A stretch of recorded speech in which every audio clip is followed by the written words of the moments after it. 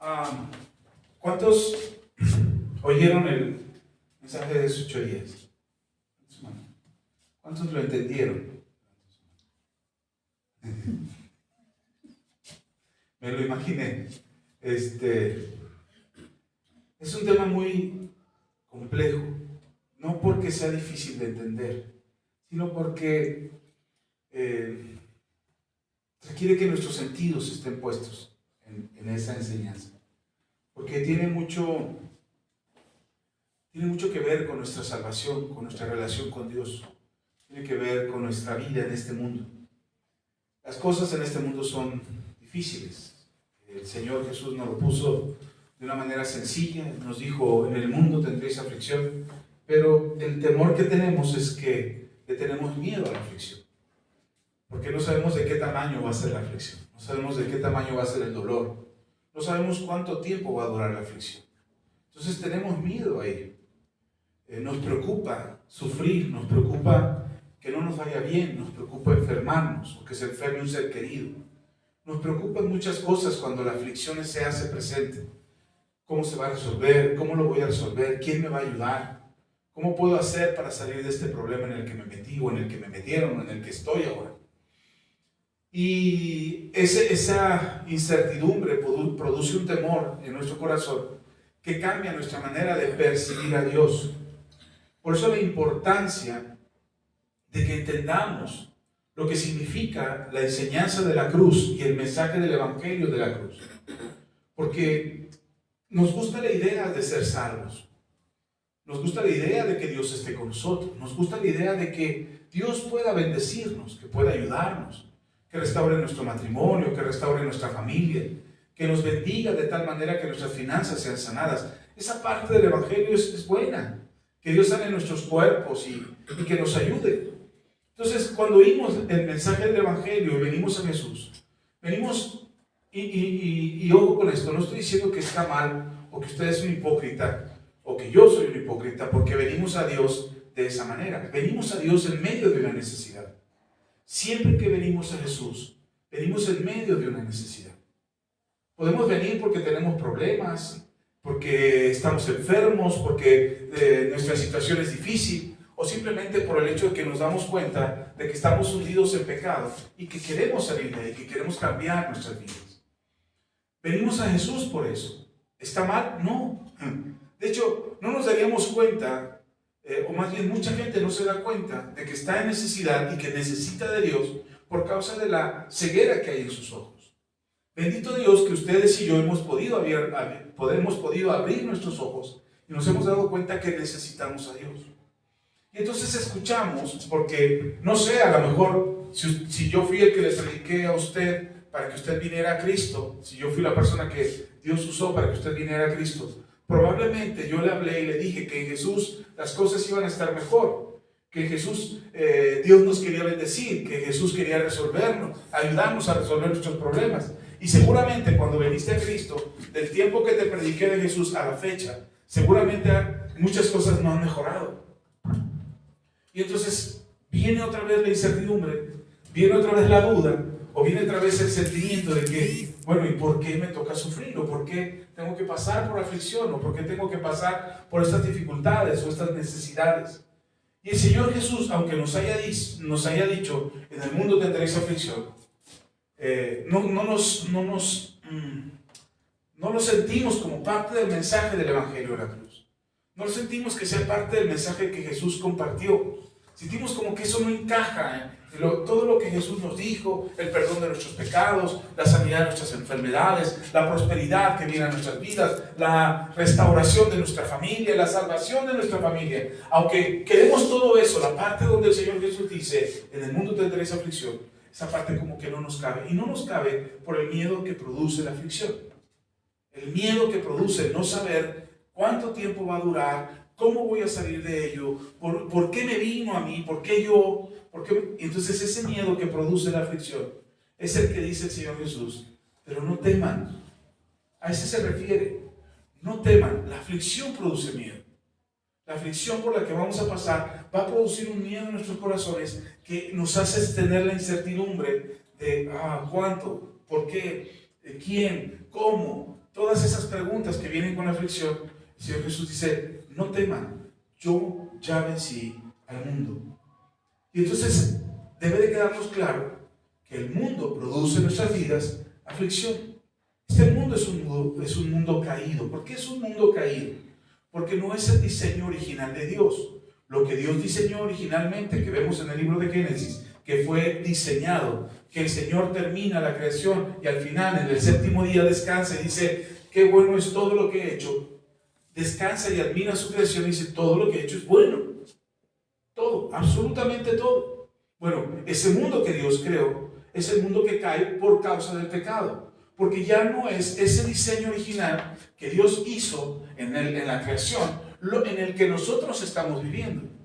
En el mundo original que Dios creó, no había enfermedades, no había pobreza, no había tristeza, no había dolor, no había sufrimiento.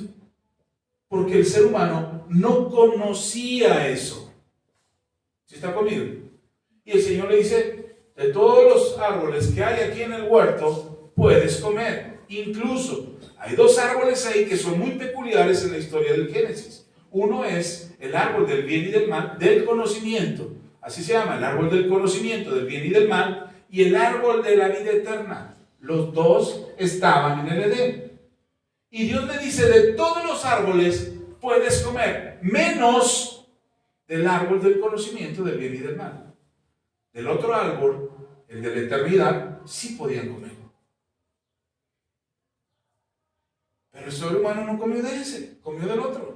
Porque vino la serpiente, bueno, Satanás en la serpiente y tentó al hombre, tentó a la mujer. Los dos comieron del árbol que no deberían comer y por eso su naturaleza cayó. De pronto se dan cuenta que están desnudos. Ellos estaban desnudos antes de comer del árbol. Pero no era una aflicción para ellos estar desnudos. Hoy es una aflicción para nosotros estar desnudos. A menos que tengamos un problemita en la cabeza y querramos andar desnudos, pero normalmente es una aflicción. ¿Qué te vas a poner? ¿Qué te vas a vestir? ¿Qué ropa? Que tus zapatos ya están cansados, que si tu ropa le va a gustar o no le va a gustar a la gente, y se vuelve una aflicción. Y de repente Adán y Eva se dan cuenta que están desnudos y se dan cuenta de todo lo malo que han hecho. Tan es así que se esconden. El Señor viene, los busca como cada tarde, como cada día, los busca para platicar con ellos, porque hablaba con ellos cara a cara, en una relación cercana, y entonces ellos se esconden porque saben, ahora conocen lo que han hecho.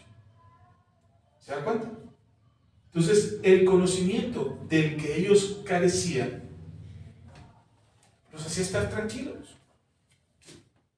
Y de pronto conocen que están mal, que han desobedecido a Dios, que están en pecado y se esconden de Dios. Cuando se esconden de Dios, Dios los busca. Y cuando busca a Adán y a Eva y pregunta por ellos, ¿dónde estás? ¿Por qué te escondes? La respuesta es, Señor, porque me di cuenta que estaba desnudo, tuve miedo y me escondí. ¿Qué tuvo? Miedo. ¿Qué es lo que produce la aflicción? Miedo. Y entonces, ¿qué produce este mundo? Miedo. Un miedo a que lo que te está pasando no vas a salir de ello. Un miedo a que lo que te está sucediendo es interminable. Un miedo a pensar que lo que estás viviendo hoy es un castigo divino porque estás en pecado y por tanto Dios te va a castigar y te va a mandar al lago de fuego y azufre donde crujen los dientes, el gusano no muere y ahí va a estar por la eternidad. Tenemos un miedo a la aflicción. Pero el Evangelio de la cruz, el mensaje del Evangelio de la cruz, no es un mensaje de temor. El apóstol Pablo dice que Dios no nos ha dado un espíritu de cobardía, un espíritu de temor, dice otra versión. Dios no nos ha dado un espíritu de temor, sino de poder, amor y dominio propio. Y entonces, no solamente Jesús nos dice que ya venció al mundo, es decir, el mundo no tendría por qué seguirnos afligiendo, eso debería de quedarnos claro. No deberíamos de vivir en aflicción, porque el que te aflige es el mundo, no Dios. Dios no te aflige para que sufras, Dios no te aflige para que vivas atormentado y mucho menos para que vivas con miedo. Pero en este mundo tendremos aflicción. Entonces, si el Señor nos ha dado un espíritu de poder, de amor y de dominio propio, no solamente Jesús nos dice que ya venció este mundo no tiene poder y autoridad sobre nosotros, sino que además nos ha dado las herramientas para ser librados de esta aflicción. ¿Cómo? Con amor, con poder y con dominio propio. ¿Sí me siguen? ¿Sí está conmigo? Entonces, si este mensaje de la cruz, este mensaje del Evangelio de la cruz que empecé hace 8 días, hablamos, apenas fue la punta del iceberg lo que estábamos hablando hace 8 días, que en realidad cuesta un poco de trabajo de entender, pero créanme que cuesta más trabajo explicar. Y además son temas que yo he venido dándole a lo largo de toda esta vida que tenemos como iglesia, como ministerio. Son temas que les he venido explicando de una u otra forma. En esta ocasión he venido tratando de ser un poco más dogmático, es decir, tratando de rescatar el dogma, la doctrina que nosotros creemos como iglesia, para podérsela compartir a ustedes como parte de esta iglesia, y que ustedes puedan y sepan cómo creer y qué creer y por qué creemos lo que creemos. Entonces, si de pronto se volverá pesado, estas enseñanzas son pesadas, son mucha información, quizás yo soy muy redundante, le doy muchas vueltas al tema para poder aterrizar un punto que quiero compartir con ustedes, y esto produzca cansancio y esto produzca sueño en ustedes. Además de que ya me escuché y yo también me doy sueño a mí mismo cuando me escucho. Entonces yo sé que a veces es pesado, pero le voy a pedir con todo mi corazón que si usted se cansa y le da sueño aquí, batalle un poquito, trate de resistir al sueño. Pero finalmente, si algo no le queda claro aquí en la enseñanza, vuelva a oír el mensaje, por favor. Porque estas enseñanzas no las doy muy seguido. Y créame, no voy a regresar a ellas otra vez. Son cosas que usted debe de saber, que tengo la obligación de enseñarle. Yo como pastor tengo la responsabilidad de enseñarle qué es lo que creemos y por qué creemos lo que creemos. Pero no puedo detenerme en lo mismo siempre. Entonces, si después a usted le toca, y yo le digo, hermano, le toca a usted enseñar a los recién convertidos y les va a hablar de la teología de la cruz, el hermano va a decir, pastor, eso nunca me lo enseñó. Le voy a enseñar los videos y le voy a decir, aquí están aquí. Y usted tiene que saber que lo tiene que saber. ¿Sí está conmigo? Entonces es importante que usted lo sepa. Porque vendrán, se lo dije antes, se lo dije semanas atrás, vendrán muchas doctrinas, vendrán falsos profetas, vendrán enseñanzas que nos van a querer sacar de lo que realmente es el fundamento de nuestra fe. Esto es fundamento de nuestra fe. Esto es algo que tienes que saber y que tienes que conocer y que tienes que entender. Ahora, quizás el entender nos lleva un poquito de más tiempo. Ay, pastor, lo oí a la primera y a la primera la entendí. No se preocupe. Yo he tenido que leer y leer y leer y leer y volver a leer y volver a leer para que me quede claro, para que más o menos yo se lo pueda explicar. Y aún así, me cuesta trabajo explicarlo. Entonces yo entiendo que a usted le cueste trabajo entenderlo. Pero lo que estoy buscando es que no que se lo memorice, no que le quede claro a la primera, sino despertar en usted el interés, la curiosidad, el deseo de saber y aprender qué es lo que nosotros creemos y por qué creemos lo que creemos. ¿Sí está conmigo? Entonces cuando venga alguien a decirte, no, mira, aquí está el verdadero evangelio. Mire, Pablo recomienda a las iglesias y les dice, miren, si viene alguien, otro, cualquiera que sea, incluso un ángel, y imagínense, incluso un ángel que dice que viene del cielo y les enseña un evangelio diferente al que les hemos compartido, que sea un anatema, que sea maldición, no les crean. Entonces, cuando usted le prediquen algo diferente a lo que el apóstol Pablo enseña, a lo que Jesús enseña, a lo que la Biblia enseña, ¿cómo podría usted distinguir que ese es un evangelio distinto al que nosotros enseñamos aquí en la iglesia? Y por eso necesitamos tener ese fundamento, necesitamos tener ese conocimiento. ¿Sí está conmigo? Ok. Muchos de los hermanos que nos ven en línea, quizás les parezca raro, les parezca extraño, quizás no compagine con la iglesia a la que ustedes van. hermano, lo siento, esto es lo que nosotros enseñamos aquí en la iglesia, esto es lo que hemos creído siempre, siempre lo hemos enseñado, siempre lo hemos predicado, hemos hablado del mismo evangelio, no hablamos de otro evangelio, y si a alguien no le parece lo que estamos enseñando, consúltelo con su pastor. Si no es de esta iglesia, los que son de esta iglesia, los que pertenecen a Manto Nuevo, los que pertenecen a esta comunidad, pues hermano, esto es lo que creemos, este es nuestro fundamento. Pero si usted no pertenece a la comunidad Manto Nuevo y escucha este mensaje, hermano, consúltelo con su pastor, hable con su pastor, hable con él y pregúntele, oiga, escuché un mensaje que habla de esto, de esto, de esto, de esto. Entonces, él creo y confío en el Espíritu Santo que le dará el discernimiento para saber si lo que usted está escuchando en esta transmisión es cierto o no es cierto, es bíblico o no es bíblico. Confío en el Espíritu Santo porque Él es el que da discernimiento, Él es el que nos ayuda, Él es el que nos prepara para poder discernir lo que tiene para nosotros. Amén. Hasta ahí. Esa era como una aclaración. Así es que si no lo entendió hace 8 días, vuélvalo a escuchar. Ahí va a estar en Facebook por lo menos 30 días, de 8 días en adelante, de 8 días atrás. Es decir, el domingo pasado, durante 30 días en adelante, estará en Facebook. Si ya no lo encuentran en Facebook, ya está en YouTube. Puede ir a YouTube, ahí pueden estar las enseñanzas. Ahí están todas las enseñanzas. Para los que no saben cuál es el canal de YouTube, usted pone Comunidad Evangélica Manto Nuevo y ahí le van a aparecer el canal. Ahí le clica, ahí le puncha, le da un clic y le busca el video que usted quiere. Ahí están todos los de los martes y los de los domingos. Estamos buscando la manera de grabar el del jueves, primeramente Dios, si es posible, y grabar lo del viernes que la pastora también transmite en Zoom. ¿Por qué queremos grabarlo? Porque también son enseñanzas de esta iglesia. Son cosas que son parte del conocimiento que damos aquí en la iglesia. Entonces también queremos que usted lo conozca y lo sepa. Amén. No, el que esté grabado no es para flojera decir, pues ya no voy a la iglesia, al cabo ahí están grabados. No. No estamos incitando a no venir.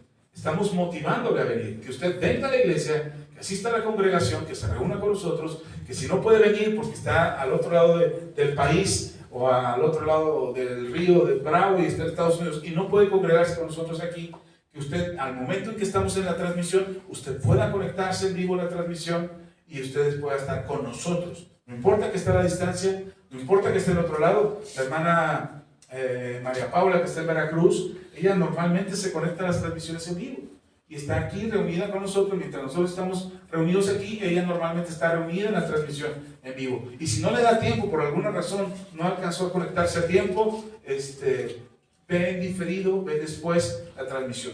Así muchos hermanos que forman parte de la comunidad Manto Nuevo. Así es que a todos ustedes, a los que nos ven en vivo, a los que se conectan a las transmisiones, dejen un like, dejen un comentario, háganos saber.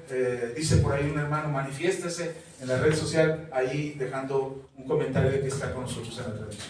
Bien, ahora sí, habiendo hecho un recuento de lo que vimos hace 8 días, quiero continuar con lo que vimos. No terminamos. Y hablábamos precisamente de cómo nosotros estábamos en pecado y cómo Jesús vino a redimirnos del pecado. Estábamos muertos, estábamos en nuestros delitos y pecados, y el amor de Dios se manifestó de tal manera hacia nosotros que Cristo murió por nosotros. Y hablábamos de la justicia de Dios y de nuestra propia justicia, y que no alcanzamos a entender la justicia de Dios porque no somos justos como Él es justo. Pero sí hablamos y dijimos que Él nos ha hecho justos. Nosotros, ustedes y yo, somos justos, no por nuestra justicia, no por nuestras obras, sino porque Cristo nos hace justos. Y ahora somos llamados justos delante de Dios. En la justicia de Dios, lo que merecíamos nosotros es la muerte. En la justicia de Dios, la paga del pecado es muerte. Esa es la justicia, es lo que Dios estableció desde el principio de los tiempos. Y entonces nosotros entendemos hoy que no podemos presentarnos delante de Dios como personas justas o como personas aprobadas delante de Dios porque hay pecado en nosotros. Si está conmigo, ¿sí entiende eso? Eso es lo que la Biblia describe y es lo que delante de Dios nos llama a nosotros pecadores. Ahora, normalmente yo por eso aquí de repente uso como en broma el adjetivo de pecador o el sustantivo de pecador, lo uso como en broma, diciendo arrepiéntete pecador, yo hago la de pecador. Lo uso en broma porque le tenemos pavor a la palabra pecador. ¿Alguien es pecador? Uy, aléjate. Nadie nos dice pecador. Uy, Señor, estoy condenado al infierno. Tenemos pavor a que seamos llamados pecadores. Y tenemos pavor porque sabemos lo que implica ser pecador. Pero hermano, ustedes y yo ya no somos pecadores delante de Dios. ¿Sí me escuchó? Se lo dije unas semanas atrás. Hemos sido justificados y la justicia de Dios nos ha sido imputada, es decir, nos ha sido puesta, nos ha sido otorgada. Portamos la justicia de Dios. Por lo tanto, delante de Dios, ustedes y yo somos justos. Eso ya se lo expliqué antes. La santificación es otro asunto. Somos justos delante de Dios, pero la santificación es un proceso que lleva nuestro caminar. La justicia, somos justos con Dios. La santificación es hacia los hermanos, hacia la gente. ¿Sí me explico? ¿Sí está conmigo? Entonces, en ese proceso de santificación es que ustedes y yo estamos. Ustedes y yo estamos en ese proceso de santificación, de apartarnos. Que entre más santos somos, más apartados del pecado. ¿Sí estamos? Pero no significa que entre más santos somos, más justos delante de Dios somos. ¿Sí está conmigo? La justicia es una sola. Y la justicia, Dios te llama justo desde el momento en que tú reconoces que fuiste pecador, que le fallaste al Señor y que lo necesitas a Él. Que reconoces el sacrificio de Jesús en la cruz del Calvario para ser justo, para ser justificado, para ser perdonado. ¿Hasta ahí vamos bien? Eso ya lo he explicado antes. Entonces, solamente lo estoy retomando porque tal pareciera que cuando hablamos del Evangelio de la cruz, hablamos inmediatamente de la santificación como algo que tendría que verse ya, inmediatamente. ¿Cuántos son cristianos? Levante la mano. No, sin miedo, no se preocupen. Ahorita le tomamos fotos, Señor, tómale fotos. Ok, usted es cristiano, ¿sí?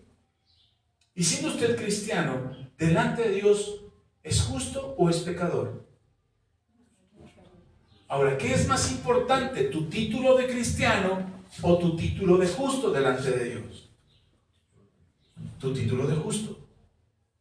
Eso es más importante para Dios. Porque yo puedo decir que soy cristiano y no reconocer la justicia de Dios. No reconocer que lo que me hace aprobado o ser aprobado delante de Dios es lo que hizo Jesús en la cruz. En muchas religiones sucede que reconocemos a Jesús como, muchas religiones reconocen a Jesús como Hijo de Dios, pero creen y piensan que tienen que agregarle obras para ser aceptados por Dios. ¿Sí están conmigo? Les he explicado la peregrinación que hay el 12 de diciembre, usted puede verla aquí en la autopista, cómo se llena de gente, porque creen que esa obra de ir hasta la villa el 12 de diciembre va a hacer que Dios apruebe algo en sus vidas, o que Dios les haga un milagro, o que Dios les haga un favor. Ellos creen que agregar ese sacrificio les hace ser aprobados por Dios. ¿Sí me siguen? Ahora, muchos cristianos dicen, ¡ay, idólatras, hijos del diablo, pecadores! Ok, pero ¿qué hay de nosotros, los que nos decimos cristianos, que también creemos que hay que agregarle obras para ser justos delante de Dios? Hermano, usted tiene que orar tantas horas al día, tantos versículos al día, leer la Biblia tantas veces al día, ayunar tantas veces al año, para que Dios le apruebe, para que Dios le conceda, para que Dios le permita, para que Dios le bendiga. ¿Cuántas veces decimos eso? Es más, a lo mejor usted no lo dice, porque normalmente lo dicen los que están de este lado del púlpito. Pero a lo mejor usted lo que piensa es que me está pasando esto porque Dios me está castigando. Me está pasando esto porque no fui a la iglesia el domingo. Me está pasando esto porque no leí la Biblia. Me está pasando esto porque no oré. Me está pasando esto porque fallé, porque pequé. Y cuando nosotros pensamos así, estamos nuevamente quitándole valor al sacrificio de lo que Jesús hizo en la cruz del Calvario. La Biblia nos enseña que Jesús murió en la cruz del Calvario y Él es el justo se hizo pecado para que nosotros fuésemos justificados. ¿Sí me explico? Entonces, ustedes y yo, debe de quedarnos clarísimo que justos somos delante de Dios. Hemos sido justificados. ¿Hasta ahí está bien? ¿Alguien duda de que sea justo? Sin miedo, sin temor. Pues yo siento que a veces no soy muy justo, porque ese es el otro tema, que es la santificación. Porque vuelves a pecar, porque mientes, porque tienes pensamientos inicuos, porque no buscas al Señor, porque no lees la Biblia, porque no oras, porque no te congregas y empiezas a sentir un peso de que le estás fallando al Señor. Sí, hermano, entre más nos acercamos al pecado, más lejos estamos de Dios. Eso no hay vuelta atrás. Si yo me acerco al pecado, me alejo de Dios. Dios no puede estar donde hay pecado. Y por eso hay una separación enorme entre el pecado y Dios.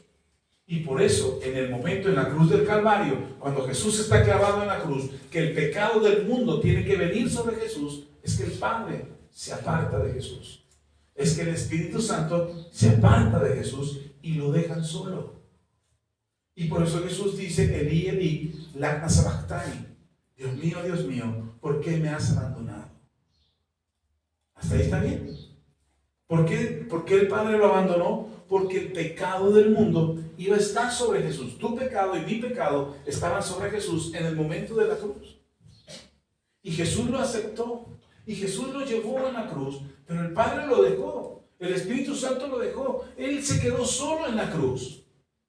Y ahí es donde recibió todo el pecado, ahí es donde recibió toda maldición, ahí es donde toda enfermedad se manifestó, donde todo lo malo de este mundo caído, como dije al principio, por causa del pecado, todo lo malo de este mundo caído vino sobre Jesús en la cruz del Calvario. Y al estar ahí en la cruz, toda la maldad de la humanidad y toda la maldición que cayó sobre la humanidad y sobre la tierra, entonces dice la Biblia que Él se hizo maldito para que nosotros fuésemos libres de cualquier maldición. Entonces no hay maldición que te alcance ahora. Ni la de tus padres, ni la de tus abuelos, ni de tus tatarabuelos. No hay maldición. Por eso el Padre ahora nos mira como personas justas. ¿Cómo somos? Justos, no caídos. Por eso no es correcto y no está bien que nosotros nos sigamos llamando a nosotros mismos pecadores.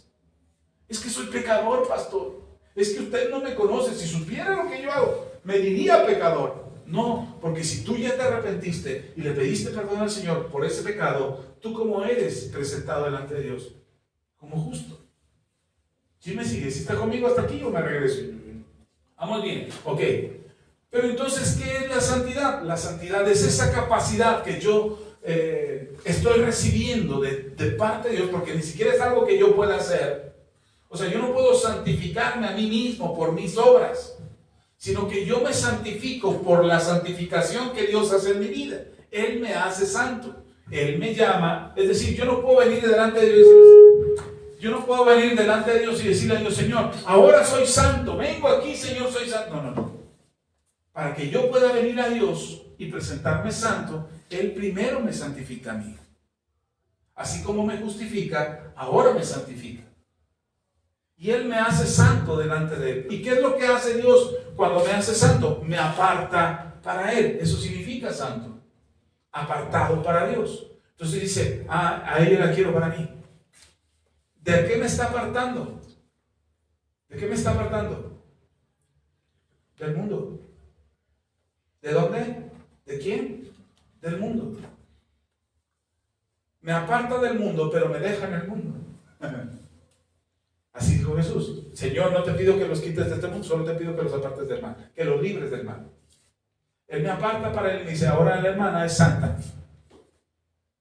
Santa Verónica, lo vamos a decir. Pero la hermana Santa Verónica, Dios la llama y le dice, ahora tú eres para mí. Pero Verónica le dice, ay, sí, Señor, viene y alaba al Señor. Pero en la semana se va apartando. Y se va apartando. Y se va apartando. Y se va apartando. Deja de ser hija de Dios. No. ¿Sí queda claro? No deja de ser hija de Dios. ¿Deja de ser justificada delante de Dios? Es decir, hecha justa. No. Lo que está haciendo es que ella está buscando contaminarse con el mundo. Y Dios vuelve a decir, no, pero no he terminado contigo. Vámonos, de regreso. Véngase para acá, la quiero aquí, junto a mí, no lejos de mí. Eres santa. Y entre más nos acercamos a Dios, más lejos estamos del pecado. No es que seamos religiosos, hermano. No es que buscamos a través de la religiosidad dejar de hacer cosas en el mundo. ¿En dónde estamos? En el mundo. Lo que Dios está buscando es que nos apartemos del pecado. Más adelante le voy a hablar más específicamente, le voy a dar una lista, qué sí es pecado y qué no es pecado. Para que ustedes se dejen de angustiar. Ay, pastor, ¿y qué sí es pecado y qué no es pecado? No se preocupe, le voy a dar una lista.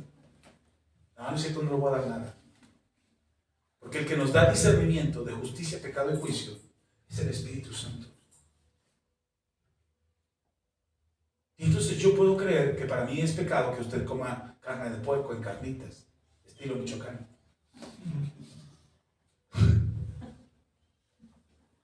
Pero para usted no lo es. ¿Sí está conmigo? ¿Sí está aquí? Y de pronto tenemos problemas. Tenemos un peso en el corazón. Es que yo escuché un TikToker que dijo que era pastor rabínico, mesiánico, cristiano, evangélico, pentecostal, de no sé qué cuántos títulos tenía, doctor en no sé cuántas cosas. Dijo que si yo comía carne de puerco me iba al infierno. Y tanto que me encantan las carnitas. Y ahora ya tienes un peso en tu corazón porque no alcanzas a distinguir en el Espíritu Santo qué es pecado y qué no. Y entonces crees que ya estás condenado al infierno, que perdiste la justificación, que el sacrificio de Jesús en la cruz del Calvario no fue suficiente para el perdón de tus pecados y ahora te vas a ir al infierno. Si está conmigo, si me sigue. Y aunque usted no creo que pase por mucho por esa situación, hay muchos cristianos que sí pasan por esa situación. Y que están buscando una iglesia, un lugar donde les digan, no hermano, no se siente así, así es pecado. Siéntese derechito. No hermano, no piense de esa forma, eso es pecado. Debe de pensar de esta otra. Hay gente que está buscando un lugar donde les enseñen incluso cómo pensar.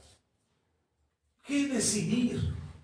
¿Qué hablar? Hermano, ese no es este lugar.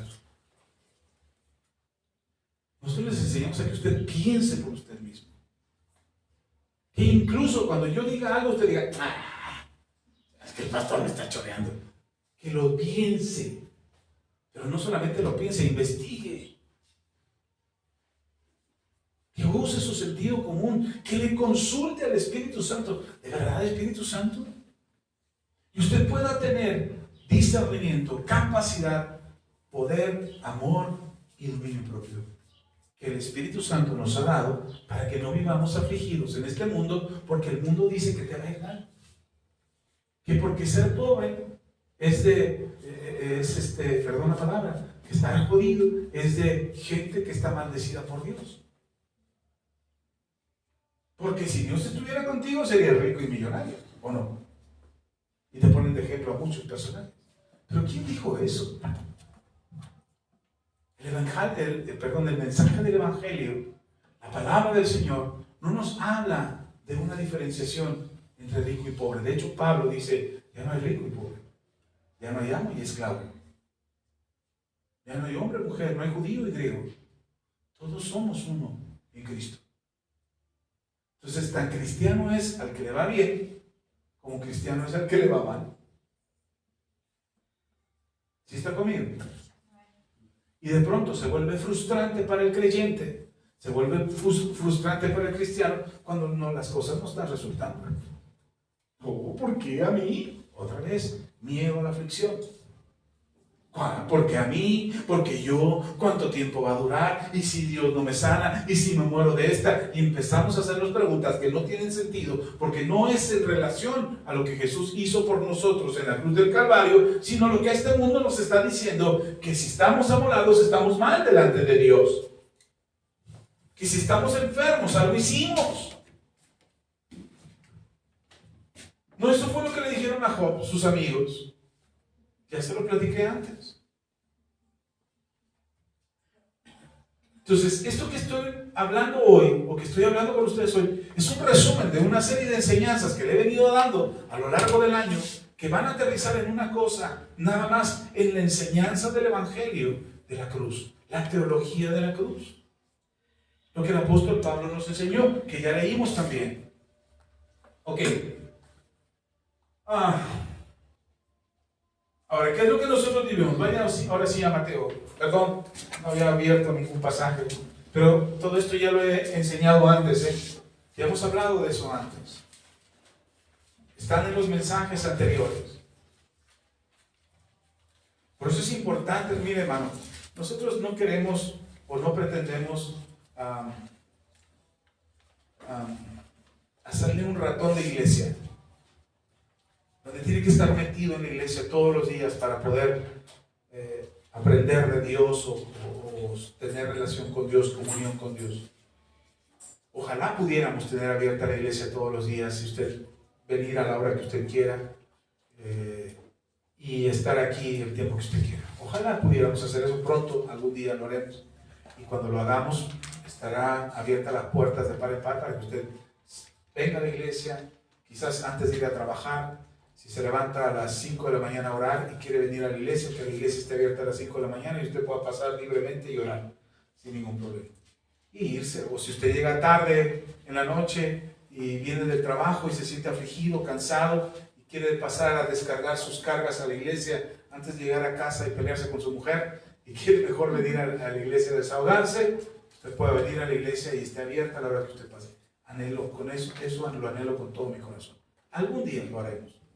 Por lo pronto, pero eso no significa que si la iglesia no está abierta para que usted pueda hacer eso, usted no lo puede hacer en casa. O usted no lo puede hacer en el camión antes de llegar a casa. Y desahogarse y dejar sus cargas en el camino antes de llegar a casa y venir a Dios. Usted puede hacerlo. ¿Ok? Mateo, capítulo 16, perdón.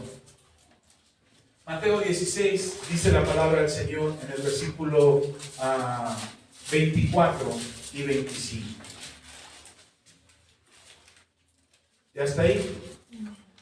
Dice la palabra del Señor. 24 y 25. Entonces Jesús dijo a sus discípulos: si alguno quiere venir en pos de mí, niéguese a sí mismo y tome su cruz y sígame. Porque todo el que quiera salvar su vida la perderá, y todo el que pierda su vida por causa de mí la hallará. Porque ¿qué aprovechará al hombre si ganare todo el mundo y perdiere su alma? ¿O qué recompensa dará el hombre por su alma? Hasta ahí nada más. Este es uno de los textos que usamos los pastores para decirle a los hermanos en la congregación: no se chillón, aguántese. El Señor Jesús dice: el que quiera ser mi discípulo, tome su cruz y sígame. El que quiera venir en pos de mí, niéguese a sí mismo. Esta parte de negarse a sí mismo es una parte compleja, porque muchas veces tratamos de abordarla desde el ego, desde el egocentrismo, desde el asunto del alma y del comportamiento humano. Pero el Señor Jesús va más allá de solamente eso, del pensamiento y del comportamiento humano. El Señor Jesús nos está hablando del efecto que tiene una cruz en la vida del ser humano. Él nos pone ejemplo: tome su cruz y sígame. Pero no solamente nos mandó a tomar la cruz, sino que Él tomó su propia cruz. El Señor Jesús tomó su cruz y fue hasta el lugar donde le fue indicado que tenía que ser. El Padre le dijo que tenía que morir en la cruz. El Señor acepta cuando le dice: no se haga mi voluntad, sino la tuya. Haré lo que tú me estás pidiendo. Voy a ir a la cruz, voy a quedarme solo en la cruz, voy a recibir el pecado del mundo, porque ese es el plan de salvación para el humano. Lo acepto. Y va a la cruz y va a la muerte, como dice Filipenses, una muerte vergonzosa, una muerte humillante, como ya lo leímos. La maldición de ser clavado en un madero, lo veíamos hace 8 días, era una cuestión terrible para cualquier persona, no solamente dentro de la cultura hebrea, sino también de la misma cultura romana. El ser puesto en un madero era una señal de decir: esa persona está maldita. Y había veces que se relacionaba esa maldición no solamente con la persona que estaba clavada en un madero, sino con toda su descendencia y con toda su parentela. Porque alguien que era clavado en un madero era una persona en maldición y maldecía a todo el que se relacionaba con él. Muchos rituales, muchas liturgias, muchos actos se hacían para librarse de la maldición de cualquier. Así como de repente decimos, toco madera, para evitar que algo te suceda. Así había muchos rituales que se hacían para evitar una maldición como esa, que era ser clavado en una cruz, que te repercutiera a ti. ¿Yo alguna vez lo conociste? ¿Alguna vez hiciste trato con él? ¿Alguna vez lo invitaste a tu casa y decía, no, yo me libro de eso? ¿Se acuerdan cuando Pedro lo acusan de conocer a Jesús en la noche que lo negó 3 veces? Que le dice, tú andabas con él. Y él dice, no, yo no. Era eso. Era el toco madera. No, Dios me libre. Y por eso termina maldiciendo Pedro. Cuando la tercera vez que le pregunta, no, sí te conozco, tú eres de eso. Yo te vi. Y él maldice, no, maldita sea, yo no lo conozco. Porque era una forma de librarse de cualquier relación que se pudiera tener con él. Ahora lo está haciendo con el temor del momento. Pedro lo está haciendo por aflicción, porque está afligido de que lo puedan relacionar con él. Porque no solamente le preocupa a él, le preocupan sus generaciones, su esposa, su casa, su familia. Le preocupa que hubiera algún tipo de consecuencia sobre de ellos.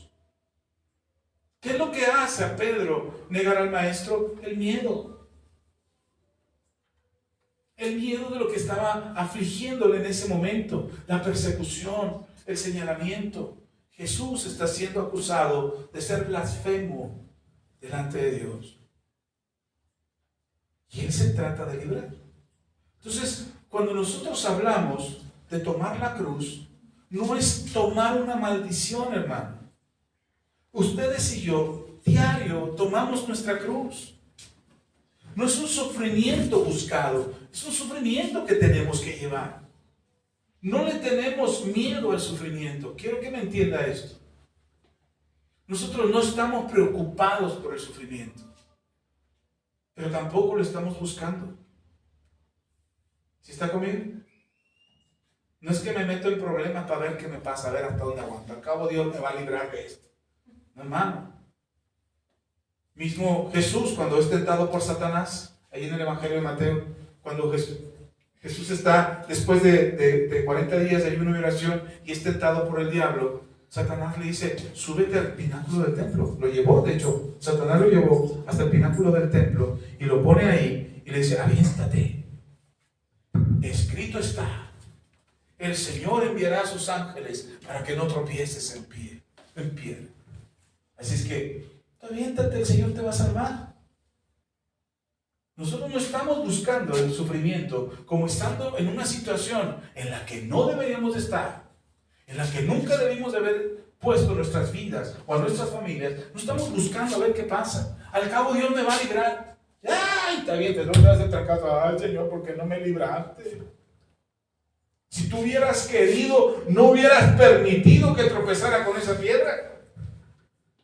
No es lo que pensamos muchas veces. ¿Y quién es el responsable ahí? Dios, porque si Dios hubiera querido, no hubiera permitido. ¿Por qué no evitó con Jesús que subiera hasta el pináculo? Que Satanás lo llevara hasta esa situación difícil. Ni siquiera fue Jesús el que subió hasta el pináculo del templo. Fue Satanás el que lo llevó ahí. Y estando ahí, Satanás le dice, ahora aviéntate. ¿Por qué? Porque no lo podía aventar a tomar una decisión que Jesús no quería. Satanás te puede poner en una situación terrible, humillante, vergonzosa, donde te sientes obligado a hacer algo. Dices, es que no tengo de otra, tengo que tomar esta decisión. Él te puede poner en una condición en la que te sientes presionado para hacer algo. Que dices, es que no sé cómo llegué aquí, pero pues ya estoy aquí. Y ahora ya ni modo. Jesús estaba en una situación así, pero no podía hacer que Jesús tomara la decisión de dar un paso hacia el vacío. Por eso lo provoca y le dice, si eres hijo de Dios, aviéntate, que el Señor enviará a sus ángeles para socorrerte. Y Jesús le contesta con la palabra, la misma palabra que Satanás trata de citar. Y Jesús le contesta y le dice, no tentarás al Señor tu Dios. Y termina la situación. No dice la Biblia que ahora Jesús se tuvo que bajar desde el pináculo. No. cambió la situación, porque a lo que a Satanás le importaba era que Jesús tropezara. Y lo lleva nuevamente a otra situación. Ahora lo tienta y le ofrece: todos estos reinos te daré si postrado me adorares. Y el Señor le contesta: apártate de mí, Satanás, porque al Señor tu Dios adorarás y a Él solo servirás. Entonces, es verdad que hay situaciones en las que tú no provocaste estar ahí. Hay situaciones que sin darte cuenta ya estás ahí, pues. Por alguna razón caíste ahí. Te encuentras en el lugar equivocado, con las personas equivocadas. Ok, te la creo, te compro esa idea. De repente un día te despertaste, abriste los ojos y dices: ¿qué hago aquí? O sea, te creo eso. ¿Cómo llegaste ahí? ¿Quién sabe? Pero llegaste. Lo que no puede hacer Satanás es obligarte a tomar una decisión que tú no quieres tomar. Y es ahí donde implica que el Espíritu de Dios nos da la certeza en nuestro corazón de que somos justos. Que no se te olvide nunca. El diablo te va a poner en esta situación y te va a decir: aviéntate, total, ya estás aquí. Total, ya vas a irte al infierno, pues de una vez con placer. Total, el Señor algún día te perdonará. El domingo vas a la iglesia para arrepentirte. No, hermano, evitemos que el diablo trate de convencernos acerca de que la situación en la que Él nos metió es la que Dios quería. Cuando el Señor Jesús dice: tomen su cruz y síganme, no estoy diciendo métanse en problemas, métanse en dificultades, tomen malas decisiones. Esa es su cruz. O tus hijos son tu cruz, o tu esposa es tu cruz, tu esposo es tu cruz. No. Segunda de Corintios, capítulo 12. El apóstol Pablo le dice a los hermanos en Corintios, segunda carta a los Corintios, capítulo 12,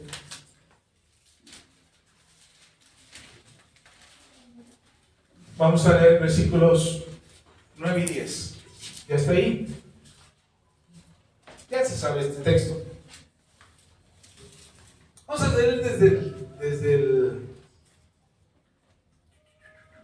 el 5 hasta el 10. Dice, 2 Corintios 12, 5 a 10. Dice la palabra del Señor: de tal hombre me gloriaré, pero de mí mismo en nada me gloriaré, sino en mis debilidades. Sin embargo, si quisiera gloriarme, no sería insensato, porque diría la verdad, pero lo dejo, para que nadie piense de mí más de lo que en mí ve u oye de mí. Pablo está hablando de sí mismo, parece un trabalenguas, pero Pablo está hablando de sí mismo. Luego dice, versículo 7, y para que la grandeza de las revelaciones no me exaltasen desmedidamente, me fue dado un aguijón en mi carne, un mensajero de Satanás, que me abofetee para que no me enaltezca en sobremanera. Respecto a lo cual, 3 veces, dice Pablo, 3 veces he rogado al Señor que lo quite de mí. Y me ha dicho el Señor: bástate mi gracia, porque mi poder se perfecciona en la debilidad. Por tanto, de buena gana me gloriaré más bien en mis debilidades, para que repose sobre mí el poder de Cristo. Por lo cual, por amor a Cristo, me gozo en las debilidades, en afrentas, en necesidades, en persecuciones, en angustias, porque cuando soy débil, entonces soy fuerte. ¿Cuando soy qué? Débil, entonces soy fuerte. Uno de los problemas que tenemos como cristianos es que pensamos que nuestra capacidad, nuestro crecimiento espiritual, pensamos que nuestro crecimiento espiritual depende de nuestra capacidad de aguante. O sea, entre más aguante, más espiritual soy. No es cierto, hermano. Es al revés. Porque soy espiritual, aguanto, soporto, resisto. Pablo dice: he pedido al Señor que me quite este aguijón, y el Señor me dijo: no, Pablo, bástate mi gracia.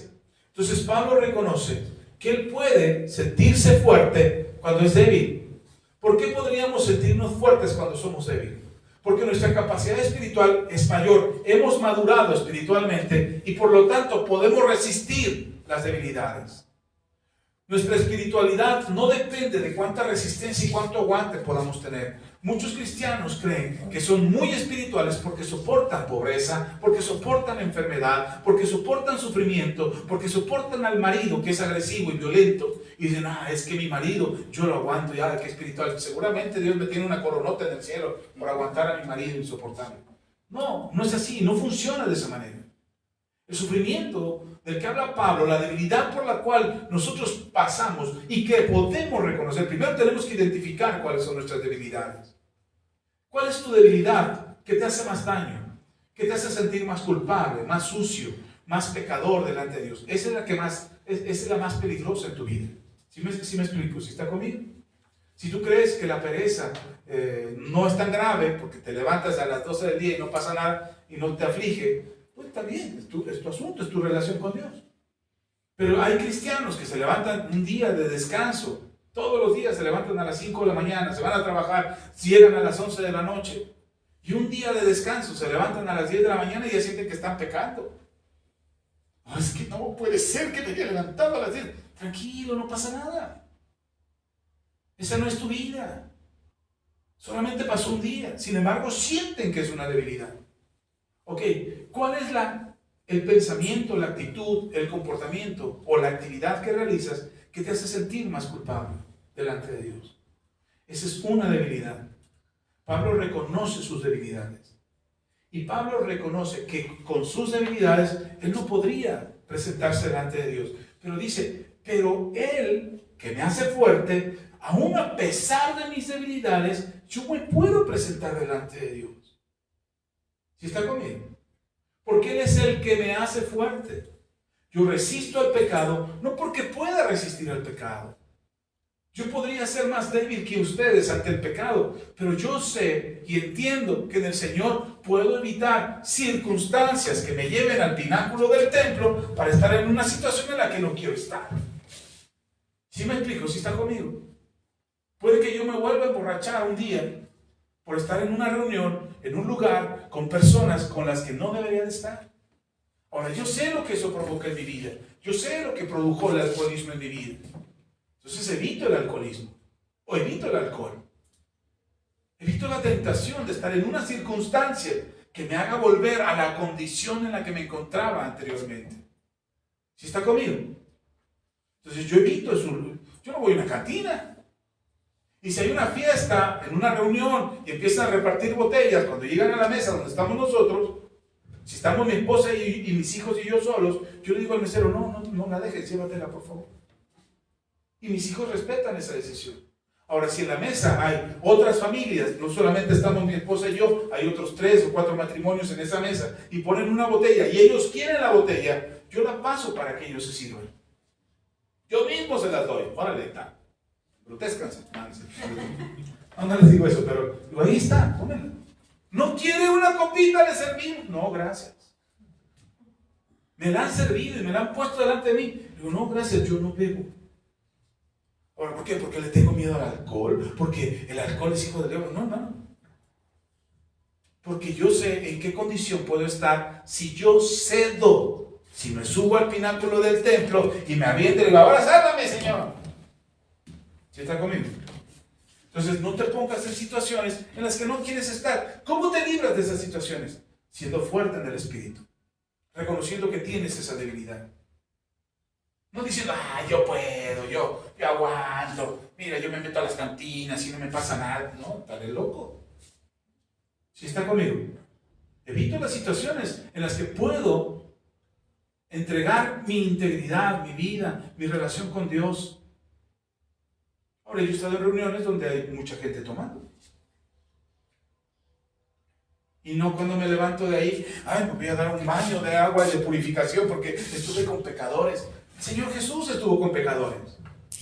Por eso lo juzgaba el fariseo cuando la mujer pecadora, algunos dicen que era prostituta, le estaba tocando los pies con aceite y le enjuagándolo con el cabello. El fariseo lo mira, si supiera quién lo está tocando, esa mujer es pecadora. ¿Y qué le dijo Jesús? Déjala. Y donde quiera que se predique el evangelio, ahí se hablará de ella, la van a recordar. Hasta el día de hoy, 2000 años después, hablamos de esa mujer. ¿Sí está conmigo? ¿Por qué? Porque la mujer se presentó ahí delante de Jesús como una pecadora. ¿Fue ofrecerle sus servicios de servicio a Jesús? No, hermano, la mujer estaba reconociendo su debilidad y estaba reconociendo que era pecadora y estaba reconociendo que necesitaba del Mesías. ¿Sí está conmigo? Entonces, cuando tomamos nuestra cruz y seguimos a Jesús, no estamos tomando un sufrimiento inútil que no deja nada, que no es provechoso, que no te edifica y que no te hace crecer espiritualmente. Sin embargo, como Pablo, reconocemos que hay un sufrimiento en nuestro caminar, como él que tiene un aguijón que lo hace sufrir, que pidió que se le quitara 3 veces. Reconocemos que tenemos algo que nos provoca un sufrimiento y reconocemos que solamente en Jesús podemos salir bien librados de él. ¿Sí está conmigo? Esa es la diferencia. No se trata de tomar una cruz de sufrimiento, de martirio, aguanto a mi marido, yo creo que el Señor me va a perdonar. Ahora sí, o peor todavía, llevamos tantos años sufriendo que seguramente ahora sí Dios nos va a bendecir. Te puedes echar toda la vida en este mundo sufriendo y no significa que Dios no te ama.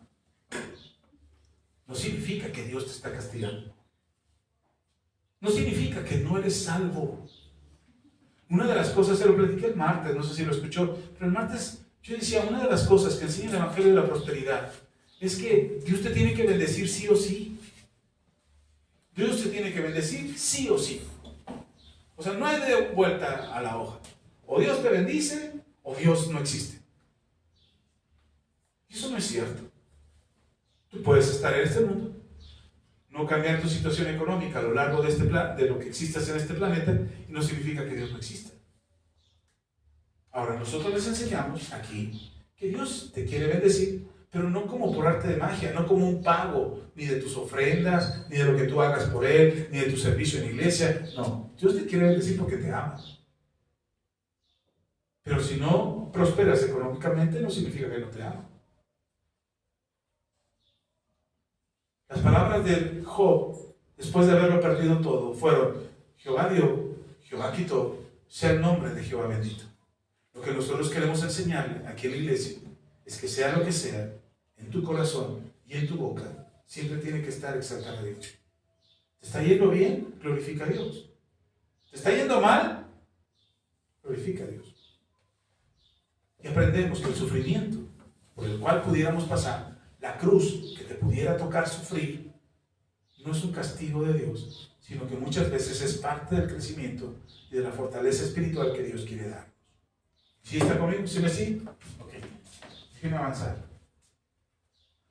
Si nosotros como cristianos vivimos una vida de fe, una vida de relación con Dios, una vida que nos permite entender el propósito de Dios todos los días, y todos los días tomamos nuestra cruz para vivir, ¿qué significa esto? Quiero dejar claro, quizás solamente me enfoque un punto, pero quiero hacer una comparación. Lo que no es tomar tu cruz en tu vida diaria. Tomar tu cruz no significa buscar el sufrimiento por sí mismo.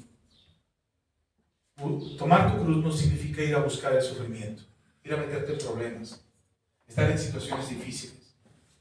Eso no significa tomar tu cruz. ¿Sí está conmigo? Voy a tomar mi cruz y ahí vas a meterte en problemas. Es que mi cruz es aguantar a mi vecina, que no me quiere, me odia a mi vecina. Y todos los días andas hablando de la vecina. Eso no es tomar tu cruz. Tú estás provocando eso. Es que mi marido es violento y tú provocas la violencia de tu marido. O mi esposa no me entiende, pero tampoco tienes el gesto de hablar o de hacerte entender con ella. ¿Sí me explico? ¿Sí está conmigo? Es que mis hijos son rebeldes, pero no nosotros invertimos el tiempo para estar con ellos, para educarlos, para hablarles del Señor, para mostrar el camino. Y después son ingobernables. ¿Sí está conmigo? O sea, el sufrimiento del que habla el Señor Jesús no es un sufrimiento que nosotros buscamos a consecuencia de nuestros actos. Hay sufrimiento en este mundo. Hay un aguijón que puede estarte molestando y que no necesariamente. Mire, el aguijón de Pablo era un aguijón que el Señor permitió que lo atormentara porque Pablo sabía mucho. Pablo tenía mucho conocimiento. Había sido entrenado y preparado a los pies de Gamaliel, fariseo de fariseos, circuncidado en el día que correspondía, hebreo de hebreos. El mismo Pablo se describe a sí mismo. Y Pablo era un hombre preparado, era un hombre que sabía, era un hombre que debatía con reyes. Ahí está en la Biblia, en el libro de los Hechos. Pablo tiene un debate con uno de los reyes de aquel entonces, y el mismo rey, Agripa, le dice a Pablo: casi me convences, Pablo, casi me convences de hacerme cristiano. Porque el discurso de Pablo hacia ese rey era tan importante, tan bien articulado, porque Pablo tiene la preparación para hacerlo, que enseña de una manera inteligente. Bueno, siendo Pablo tan preparado como era, tan celoso de la ley, así lo dice, en cuanto a la ley, celoso perseguidor de la iglesia. Dice Pablo: todo esto lo tengo por basura. La gran preparación que tengo y el gran conocimiento que tengo, para mí es basura. Porque hay algo más excelente, dice Pablo, que todo lo que sé y todo lo que pueda saber. Y es más excelente conocer a Cristo. ¿Sí está conmigo? Okay. Entonces no se trata de buscar problemas. Tomar la cruz es que Dios, tomar nuestra cruz no es creer que Dios tiene preparado nuestro bienestar económico, financiero. Es que Dios tiene preparado ahí mi bienestar. Algún día, hermano, yo aquí le he enseñado que no es correcto que estemos pensando a futuro: algún día Dios me bendecirá. Voy a sufrir todas las penalidades ahora porque algún día voy a dejar de sufrirlas. No, hermano. Puede que nunca cambie nuestra situación económica, pero eso no significa que Dios no te ama. Algo tiene Dios en ese asunto de tu situación financiera, que Dios quiere tratar con ello en tu corazón y quiere dar testimonio a través de ti a otros. Ahora, no estoy diciendo, hermano, aguántese ya, ni modo, nos tocó ser pobres. No, hermano, no estoy diciendo eso. Que quede claro. Porque cada uno tiene una situación diferente. Yo no puedo generalizar y decir: hermano, todos vamos a ser millonarios. No. Puede que no, puede que algunos sí. Y cuando usted sea millonario, no se acuerde, acuérdese de todos los demás que no fuimos millonarios. ¿Sí está conmigo? Pero pensar que venir a la cruz, que venir al Evangelio nos va a sacar de pobres a todos. No, hermano, eso es una falsa enseñanza. Por eso muchos se burlan de nosotros los cristianos. Porque no hemos alcanzado a entender que no importa cuánto tenga. Si Dios existiera, ya te hubiera sacado de pobre. ¿Y si no quiere? Si Dios existiera, ya hubiera sanado tu cuerpo. ¿Y si no quiere sanar mi cuerpo? Algunos teólogos dicen que el aguijón de Pablo era una enfermedad. Pablo oraba por enfermos, resucitaba muertos. Si fuera una enfermedad lo que Pablo tenía, ¿por qué Dios no le quitó esa enfermedad?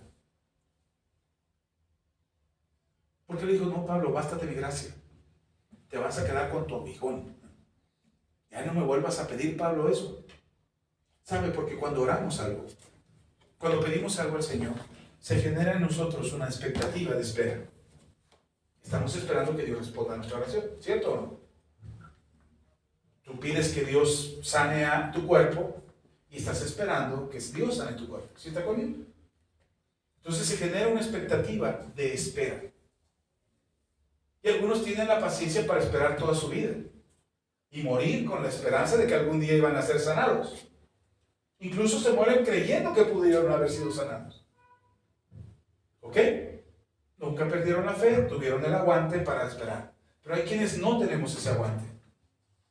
Estamos enfermos, pedimos por nuestra sanidad, y cuando no viene la sanidad, ok, Señor, sigo esperando porque tú puedes sanarme. Y seguimos esperando la sanidad. El problema es que esa expectativa empieza a generar una inconformidad en el corazón. Porque de repente yo espero sanar, pero no sano, y veo que la hermana sí sana. Acaba de llegar a la iglesia hoy con una enfermedad, oramos por ella, sana, y ¿por qué ella no? ¿Por qué ella sí, yo no? Alguien se metió en ayuno 40 días de oración por una enfermedad que tenía, pide al Señor que le sane, el Señor sana su cuerpo. Es que me falta ayunar 40 días. Y creemos que el remedio está en el ayuno de 40 días. ¿Sí me estoy explicando? Queremos un milagro y oramos al Señor por un milagro, y entonces se genera la sensación de esperar. No está mal esperar. Tenemos que esperar. La Biblia nos enseña en Santiago que la prueba de nuestra fe produce paciencia, mas tenga la paciencia su obra completa para que seamos perfectos y cabales y no nos falte cosa alguna. No habla de milagro, no habla de esperar, no habla de pedir. Claro. El problema es que se genera en nosotros esa sensación y empezamos a preguntarnos, ¿cuánto tiempo más tengo que esperar? ¿Cuándo el Señor hará el milagro? Y de repente oímos, viene un predicador que hace milagros, señales y prodigios. Vamos, a lo mejor les decía, al pastor le falta unción, pero allá a lo mejor sí. ¿Sí me estoy explicando? Y empezamos a confundir en nuestro corazón conceptos e ideas que llegan a inquietar nuestro espíritu para enfriar nuestra fe. Nosotros tenemos que estar firmes en la fe. ¿Dios quiere sanarte? Sí, es su plan. ¿Quiere hacerlo ahora? No lo sé. Eso es un asunto entre Dios. Mire, hace 3 años estoy escribiendo una carta para unos amigos míos. Es un matrimonio joven. Que hace 3 años fui a casar a otro matrimonio. A este matrimonio del que les hablo no los casé yo, los casó un pastor. Pero me invitaron a una boda, que yo predicara en esa boda. Y fui a la boda. Yo prediqué, yo los casé como pastor. Y este matrimonio se acercó a mí. Y me dijeron, qué gusto, somos amigos, ¿no? Los conozco desde hace mucho tiempo. Su familia es muy querida para mí. Y en esa ocasión se acercaron a mí para contarme que llevaban rato intentando para poder tener hijos y no habían podido. Ella no había podido quedar embarazada y me pedían que orara. Entonces oré por ellos y ya van a ser 3 años en agosto, se cumplen 3 años. Entonces yo oré por ellos y le pedí al Señor, y últimamente, en los últimos meses, por eso estoy escribiendo esta carta, porque en los últimos meses me ha dado vueltas la oración que yo hice. Han pasado casi 3 años y ella no ha podido tener hijos. Entonces, me han dado vueltas en la cabeza porque en aquel entonces, no recuerdo toda la oración, pero hay una parte de la oración que sí la recuerdo con claridad. Y yo dije, si yo soy profeta y Dios me ha hecho profeta, el próximo año ustedes estarán adorando a Dios por un bebé que Dios ponga en sus manos. Ya van a ser 3 años. Y ellos no han podido tener hijos. Y me ha dado vueltas en la cabeza, porque yo dije, si yo soy profeta, y el Señor me ha enviado como profeta, ustedes tendrán un hijo el próximo año. Y esa es una palabra muy, muy pesada. Porque yo comprometí a Dios con el ministerio que Él me dio. Porque yo comprometí a Dios y su autoridad y su soberanía con mi oración, esperando que Él responda a mi petición y no me haga quedar mal. Como hombre de Dios, como profeta, como su siervo. Al año que yo supe que no habían tenido el hijo, al año yo dejé de profetizar. Voy a cumplir 2 años que no he dado una palabra profética a nadie. Yo no estoy profetizado, he dicho lo que espero de Dios. He hablado, pero no he dicho así dice el Señor, o esto te dice el Señor, o el Señor te está diciendo esto. No he profetizado en 2 años.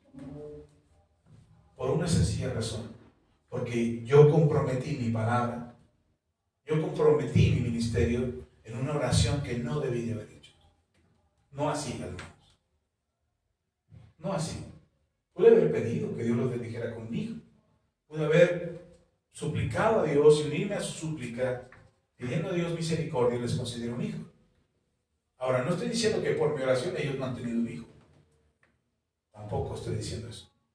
Pero lo que sí estoy diciendo es que muchas veces tenemos una expectativa de lo que Dios puede hacer en la que Dios no está involucrado. ¿Está conmigo? ¿Sí me sigue? ¿Significa que no tenemos que orar? No, tenemos que orar. Pastor, entonces significa que ya para qué pido si quién sabe si Dios quiera o no quiera. No, tenemos que orar. El Señor Jesús nos dijo, ustedes oren al Padre, y cuando oren, oren así. Padre nuestro que estás, y en la misma oración nos dijo, hágase tu voluntad, así en el cielo, se haga también en la tierra. Entonces, ¿qué tenemos que aprender a orar? Que se haga su voluntad. ¿Sí está conmigo? Pastor, y si no es su voluntad salir de este problema, tenemos que aprender entonces. ¿De qué se trata? Ahí les va. ¿Qué es lo que nos enseña el Evangelio de la cruz? La cruz no es un accidente, hermano, en el camino hacia una vida mejor. La cruz es el camino. La Biblia dice en Filipenses, dice que Jesús miró la cruz, pero no solo miró la cruz, sino que miró lo que había después de la cruz. En el camino hacia la gloria que el nombre de Dios le iba a dar, un nombre, como dice Filipenses, un hombre ante el que se dobla toda la rodilla, Jesús dice, yo voy a ir a ese lugar. El Padre me va a dar un nombre que se dobla, un nombre que es sobre todo nombre y ante él se dobla todo nombre. Ese es el lugar que Dios tiene para mí. Pero para poder llegar a ese lugar, tengo que atravesar la cruz. Dios quiere tenerte en una mejor condición, pero hermano, en gran parte del camino que tenemos que recorrer hacia ese lugar mejor, muchas veces tenemos que atravesar una cruz. El aprendizaje, el momento, la lección, incluso el pecado que cometiste, que te desgarró por dentro, Dios lo va a usar por tu bien. Dice Romanos, todas las cosas cooperan a bien a aquellos que aman a Dios, aquellos que conforme a su propósito han sido llamados. Deja de darte latigazos en la espalda. Es que yo soy pecador, gusano, hijo del diablo. Deja de darte latigazos. El Señor ya te perdonó, ya te justificó, te hizo su hijo. Ahora aprende de eso que hiciste mal. ¿Sí está conmigo? Estaba leyendo a un psicólogo, doctor en psicología, y él explicaba acerca de las cosas erróneas que nosotros cometemos y cómo nos quedamos atrapadas en ellas. Y él decía, uno de los problemas más serios que tiene el ser humano al quedar atrapado en un mal hábito o en alguna adicción, cualquiera que ésta sea, alcohol, drogas, tabaco, pornografía, cualquier tipo de distorsión sexual, cualquier tipo de enfermedad, dice, el problema principal no es la acción en sí, el problema es que no se reconoce que se tiene ese problema. Cuando no reconocemos el problema que tenemos, no lo resolvemos. Por eso el arrepentimiento lo que nos lleva es primero a reconocer que hemos pecado. Y una vez que reconoces que has pecado y que te arrepentiste de él, ahora sí, Señor, tengo esta debilidad, ayúdame en mi debilidad. Como Pablo, ayúdame en mi debilidad. Esta debilidad que me atormenta, que me aflige, que me hace estar en el filo del pináculo del templo para aventarme un clavado y volver a pecar. Señor, líbrame de eso. Apártame de ahí. Dame la capacidad de discernir cómo no llegar a un lugar, a una relación, a un momento, a una circunstancia en la que tú no me quieres. ¿Sí está conmigo? Esta semana yo voy a tener que tomar una decisión acerca de una actividad que estoy haciendo. Y la tengo que tomar porque ayer me enteré de algo que me voló la cabeza. Estoy haciendo una actividad en mi trabajo por parte del sindicato. Y me resistí un poco a involucrarme en el sindicato, pero por amistad, por un amigo que está al frente de este sindicato, en esta sección en la que estoy ahora, por este amigo es que dije, sí, voy a estar con él, voy a involucrarme, voy a participar, voy a echar mi mejor esfuerzo y le voy a echar la mano, en lo que pueda, a mis términos, en mis condiciones, como yo pueda hacerlo, pero le voy a echar la mano. Pero este fin de semana me enteré de algo que dije, no, ya no sé si seguir o no. No por él, por algo más arriba que sucedió. Dije, no, tengo que tomar una decisión. Tengo que decidirme al respecto.